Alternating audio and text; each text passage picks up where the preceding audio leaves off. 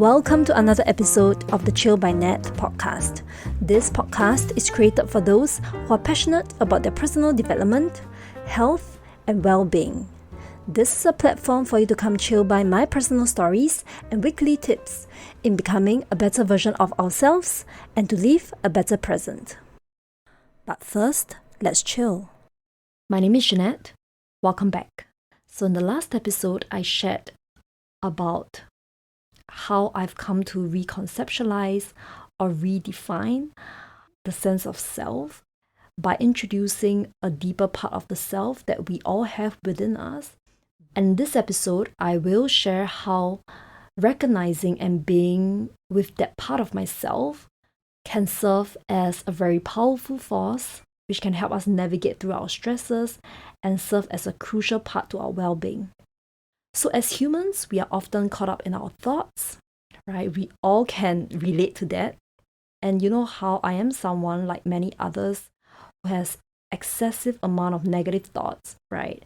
And perhaps last time when there was no awareness, I just get caught in the thoughts myself. And the thoughts really just define my actions. I get into this reactivity state, completely zero awareness of my actions and what is going through my mind, right? And we identify so strongly with certain things, certain thoughts, as if they are just part of us, right? They define who we are.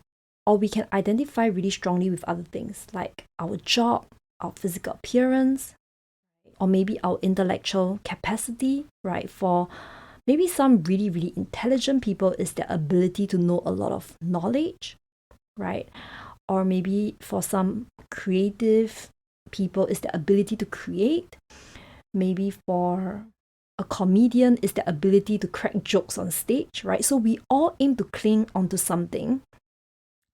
Oftentimes, these are the things that makes us stand out from others. These are the things that strengthens our self-identity because we are so wired as humans to want to have a sense of self. We want to feel a sense of significance in this world that often makes us feel so insignificant. In more individualistic cultures, maybe this need to strengthen the self-identity is higher as compared to more collectivistic culture where group harmony and conformity is more valued. Okay, but back to the topic, right? We all aim to cling onto something to define our sense of self, and usually these are the things that we tend to do well and we do better than others.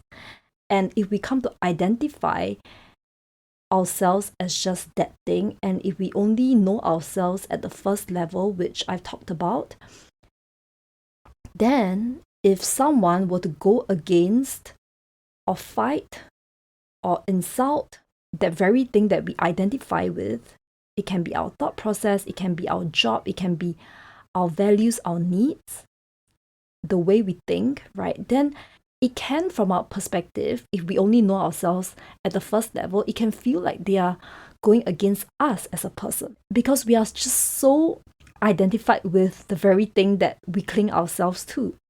So that's why, right, if we come to see that we are more than our mental processes, we are more than our words that we speak, we are more than our jobs, our values, our personality, then in a sense, right, all these things are just our outer shell, but there's an inner being within us that is separated from our outer shell.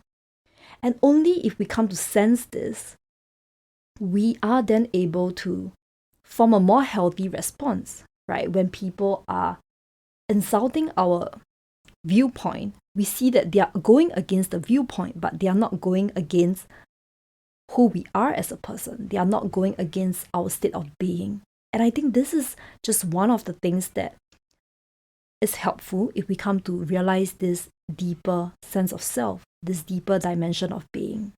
And on the contrary, if we do not come to sense this deeper dimension of who we are, which is this state of being, then that is where we are more susceptible to completely identify with a certain external thing, right? Be it ideology or mental positioning. We tend to cling onto them so tightly that when they are being threatened, be it if we suddenly lose it or someone take it away from us, or if someone challenges that very thing that we attach ourselves to, then we lose our sense of self.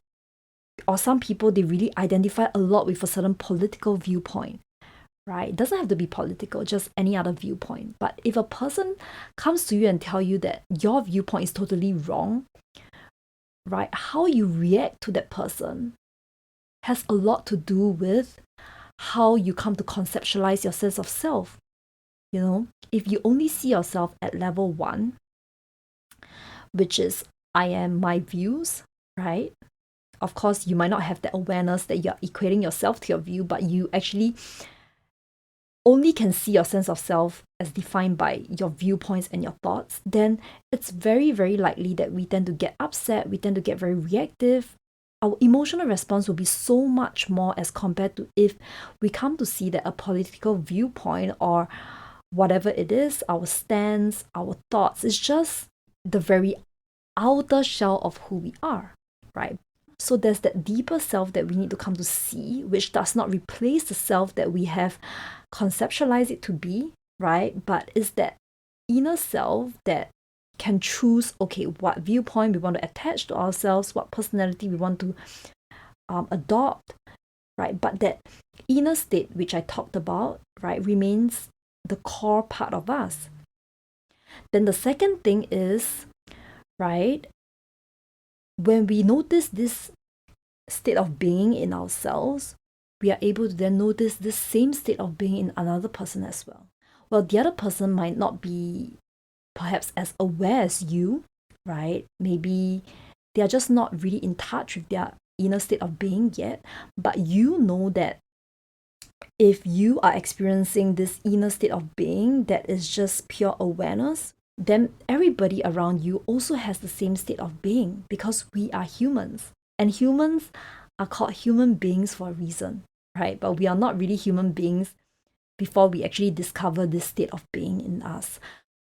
If you're able to see it in yourself, you're able to see it in another person, and you're able to see, which I felt was really helpful for me, I was able to then connect with another person at a deeper level. And that is how we come to see each other as more similar than different.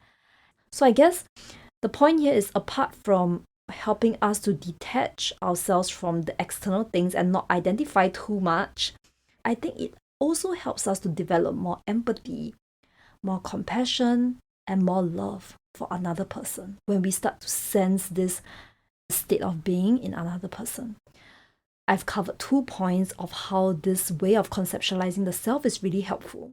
Whenever we get in touch with this state of being, I think beautiful things tend to happen.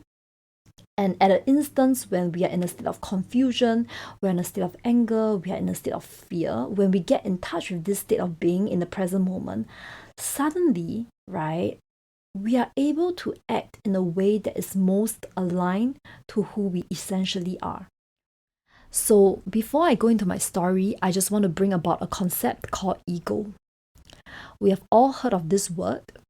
And what do you define as ego? So ego in psychology is actually this part of the mind that mediates between the conscious and the unconscious, and is usually responsible for reality testing and a sense of personal identity. So a person's sense of self, a person's sense of self-esteem or self-importance is actually equivalent to ego, according to psychology. And ego can encompass so many things, right? And I'm still learning. But one thing I know about ego is it is an important part of human nature. And I've learned about this through a conversation I had with a friend. And he said that it is very essential for our survival. And I think I would agree, right? Like when I mentioned, I think to some extent, we have to define ourselves in a way that enhances our self-esteem or our self-importance or our significance in this world, right? We have to define who we are conceptually so as to maintain our ego. So ego do serve a very important function in a way that it gives us a sense of self, and it helps us build relationships and, form our sense of identity as well as group identity. But I would think that, ego becomes an issue when it becomes overpowering, right? And what do I mean by overpowering? When someone attacks our mental positioning or ideology, do we see it as they are attacking us because we are so over-consumed by how we come to define ourselves and attach ourselves to? And I would say that is when ego becomes unhealthy, when we completely identify with a certain thing that we attach ourselves to. So for instance, if I'm a person who really, really loves nature, okay, and if, let's say, and that's fine, I love nature and I use that to define who I am. But if, let's say, I over-identify with it, meaning to say, I come to see that, nature is me and I'm nature, and anyone who goes against nature is basically my enemy. And nature is just one example, but you can think why a lot of hatred and a lot of war, a lot of, unpleasant things that take place is because people over-identify with a certain thing, right? And that separates them from other people, that causes hatred, that causes a lot of chaos, destruction.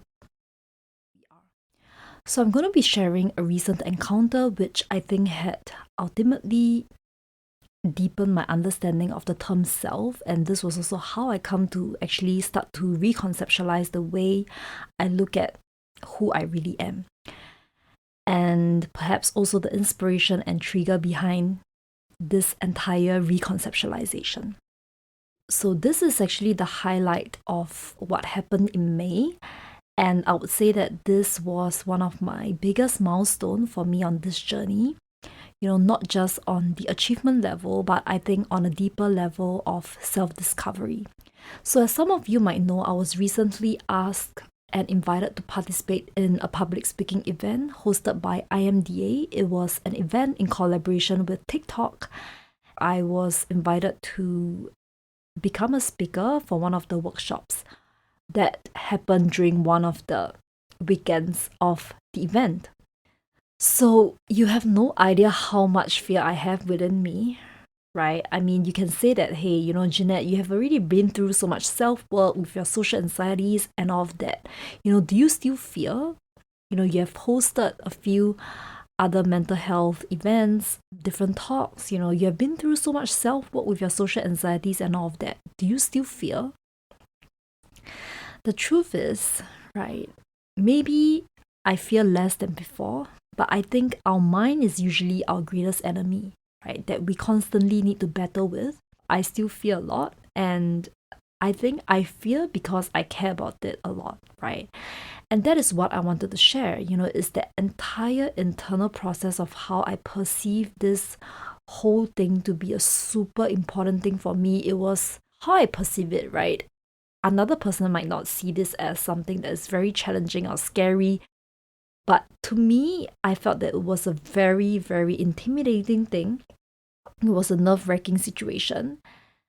But I then also realized that it's only during this kind of very challenging event, this event that, instills certain kind of introspection, I come to sense a deeper, connectedness to myself. It's kind of this state where I'm given the opportunity to come in touch with myself more, right? I come to sense a deeper dimension more. So just to provide a bigger context, right? One day before the public speaking event, so basically I was doing this with a co-speaker, right? Both of us, we haven't really got the flow of our speech out. Like, I'm really that kind of person that needs to have a mental script before any public speaking event or presentation, right? I rely on scripts my whole entire life. Like, I've not ever for once stood and speak in front of, a group of audiences without a mental script. But I also felt that, each time I give a presentation, be it at school or at work, I just felt that every time the actual presentation is just very different from how I would have done it if I was just in my bathroom speaking out loud to myself. Public speaking to me has never perceived by me as a strength because of how much I don't like how I feel after I deliver a speech or presentation. And it's not because I failed at every delivery. In fact, people will tell me that, hey, I did well and good job and all of that. But it's just something within me that always feel like I'm not 100% myself. I'm not 100% authentic, And I just didn't quite know why was that the case, right? Because I prepared, I speak word for word from the script and all of that, from my mental script. I don't hold a physical script. But I guess I just really never knew what was that was missing. And I'm saying this on hindsight, of course, now that, I have a slight hypothesis of what is that thing that is missing. So back to that event that I was supposed to prepare for. My co-speaker is actually a very confident person, and he told me, he said, at the moment tomorrow, even if you forget whatever that you're going to say, just speak from your heart. You already have the substance inside you. So somehow what he said really gave me courage, and I thought deep about it. And I also know that, I can do it, right? And more so because the topic is something I feel so much for. It's about cyberbullying and encouraging mental well-being among youths, right? It's basically what I've been talking about in all of my channels and platform, but I guess it's just the anxieties that was getting to me, right? So why is it that I feel the need to need a script when I can already do it objectively without one? And I was just filled with a lot of fear. I guess it's just how I define myself to be. I just kept telling myself that I'm a person who needs a script. I'm a person who needs to prepare word for word because that was how I did it for the whole of my entire life, right? I have these limiting beliefs. I have this, mental constructions of how things should be because of how I was previously, not taking into account, the person I am now, right? So then, I was just really filled with a lot of fear the night before the event because we haven't really run through the entire thing. We only met and, settled the flow of the entire presentation and the entire flow of the event very last minute. I thought that it was too late for me to even have a script, right? It was not possible. We literally stayed up till like 2-3 a.m. just to, prepare what we were supposed to kind of cover briefly in each of the segments. And then we went back, I think, at around 3 a.m. and the event was like 11 a.m. the next day, 11:30 a.m. the next day. So it was just basically too late for me to have a script. But can you imagine how fearful I was? I was already fearful to begin with, and then now without a fixed script, I was extra fearful.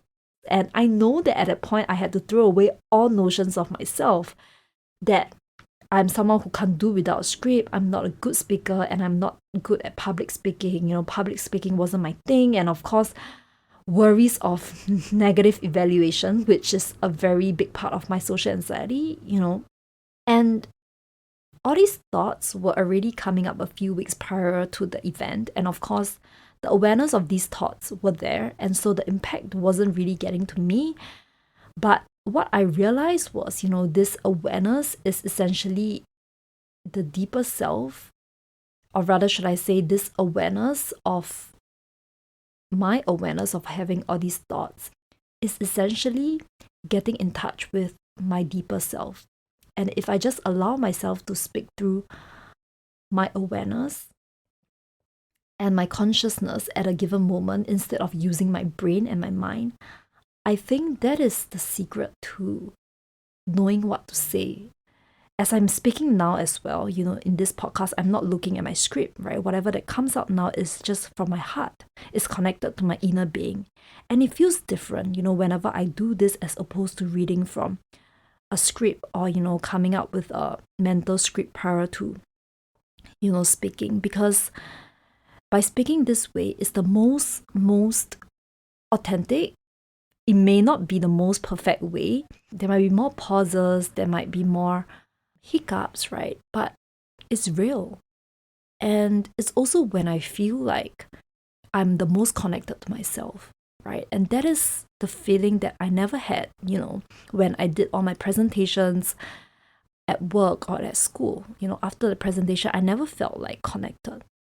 Of course, there is already a flow, and there are the big headings of what we should be talking about in each segment, but it's really, I don't even know where I got the courage from, but it's really not even having a mental script and just going there to share what I really feel about a certain topic, relying on my consciousness at the present moment, and let whatever things that I feel at the core of who I am to come out.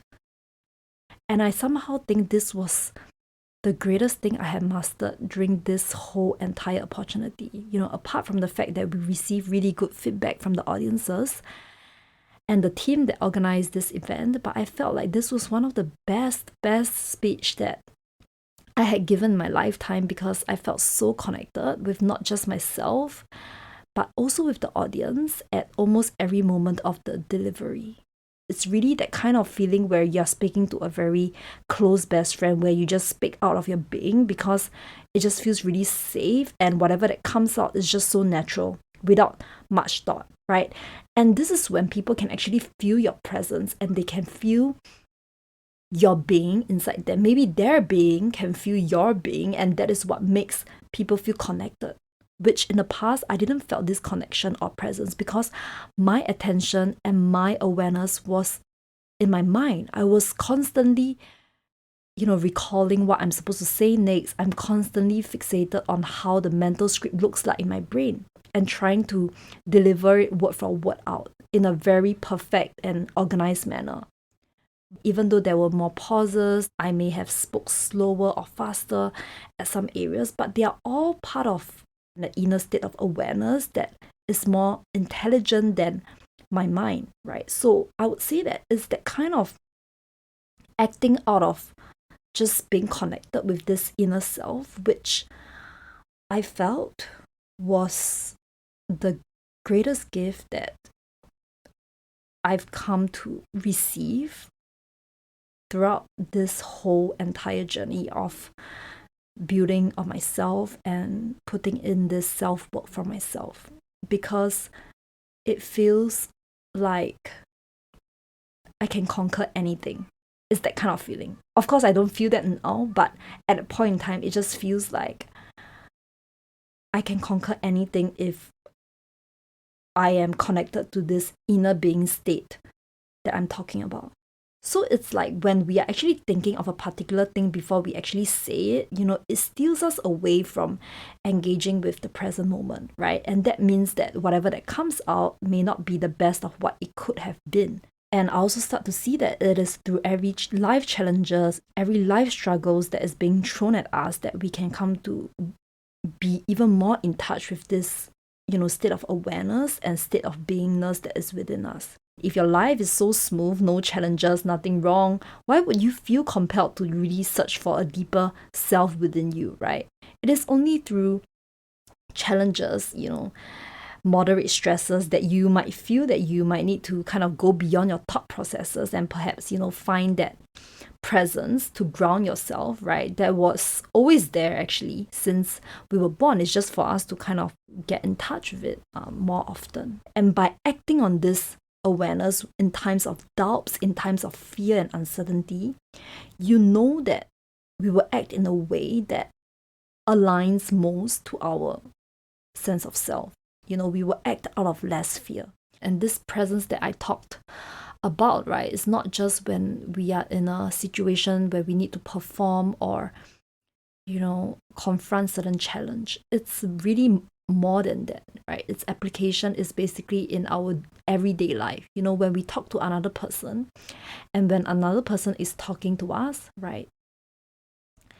Sometimes, they can be talking, and, we can be holding certain mental thought processes as they are speaking to us, right? And we are thinking what we should be saying.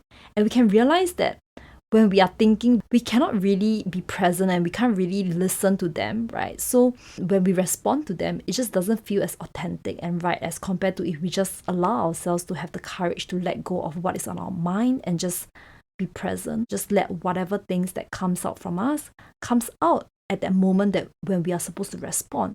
And I admit that it is often harder to do probably when we are talking to a higher authority, right? I mean, this is just based on my personal experience. I often feel that it's always difficult. With my friends, it's probably easier to get into that mode. But for me, it is this, talking to the higher authority that is, at the back of my mind when I talk to them. I always find myself thinking what I should be saying. Before they even complete their sentences, I really have a prepared response to react.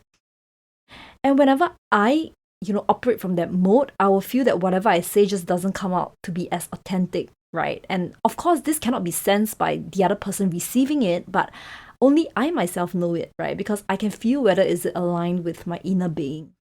And when you find this presence in different aspects of your life, I've only come to name a few, but there are so many, many different moments. Sometimes it's just with yourself, sometimes it can be with others, it can be with you and a group of audience, right? This is beautiful. And I think I'm really only coming to uncover the tip of this entire big iceberg. I think the point is I just wanted to document this beautiful milestone of mine that I found myself again. And maybe when I say I found myself in the past, it is really through certain conceptualization or having my thoughts, make sense of certain events that occurred and kind of just attaching that to my self-identity. But this time, I think it adds a deeper layer, right? So the more I find myself in this state of presence, I think this state of beingness in me just gets bigger. And I think, not sure about this, but I think in fact, that labels that I attach to my self-identity actually get smaller. Maybe it doesn't really get smaller, like it's still there, but I just come to put less emphasis on it, if that makes sense. That means also coming to form a different relationship with how I engage with every present moment. It's really just allowing myself to be in spaces without thoughts more often, unless absolutely necessary. Right? There are a few ways to do this. For me, I like to go on walks, and when I'm walking, I try to channel my attention to the nature.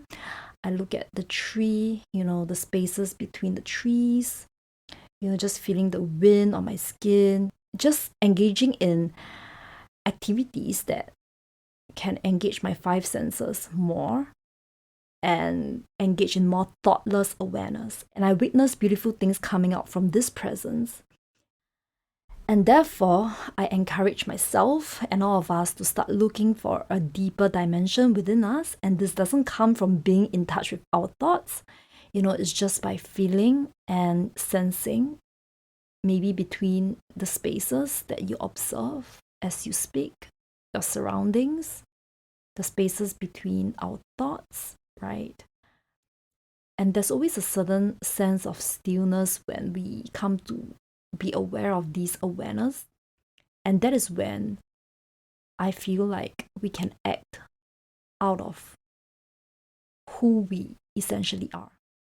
And not only that, right, more practically, I think having a fluid identity and not coming up with a full narrative of what our life is and what our identity is may make one more adaptive to changes, right? Seeing your identity is constantly changing on the outside and not defined by an absolute story. I think it's kind of helpful for our mental and emotional well-being as well.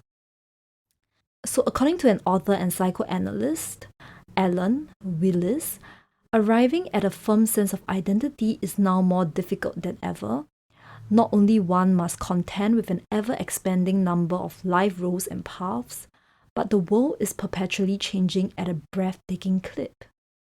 And because the world is changing so rapidly, Wheelis suggests that maintaining a fluid sense of self may have adaptive advantages. So not only, it kind of makes you feel more grounded in the present moment, but having a fluid sense of identity and know that it's constantly changing and not having a narrative of what your life is or what your identity should be may be more beneficial for our mental health and well-being. And I come to see that, part of my personal growth, I think it's probably releasing this need of defining my identity so much. And the reason why I think I have come to a breakthrough point is because I come to see the practical method of doing so, right? Because I all along know that okay, having a fluid sense of identity is important, but how do I do that, right? What is the psychology behind it? What is the mechanisms behind it? How do I do that, right? And how I do that is maybe shifting from putting all kinds of narrative behind my identity and perhaps re-meeting myself at every waking moment by recognizing the presence, the deeper dimension within me. And essentially, I felt that, cultivating mindfulness and cultivating the awareness of what is around us and within us without judgment, because that is what mindfulness practice is all about, really, really helps me to get in touch with this dimension of my inner self. And with this, episode 35, I would like to call an end to the mindfulness series.